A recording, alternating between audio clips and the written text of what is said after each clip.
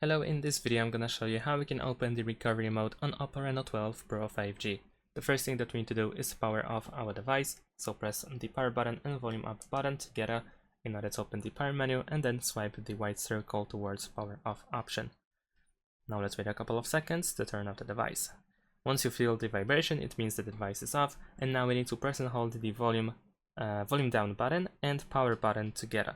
We will need to press and hold both buttons, and once you see the OPPO logo, you can release the power button, but keep pressing the volume down button.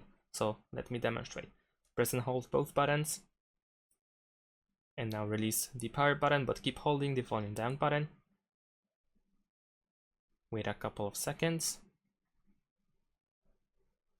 and eventually we should be able to see the recovery mode. There we go. Now the screen is really dark, but you can see there's something in probably Chinese, but you should be able to tap on English in order to switch the language, and you should be able to open the recovery mode right there. We have three options over here. We have format data, we have reboot device, and we have power off. We can just tap on the screen in order to select something, or use volume up and down in order to navigate, and power button in order to confirm the selected option. And that's it.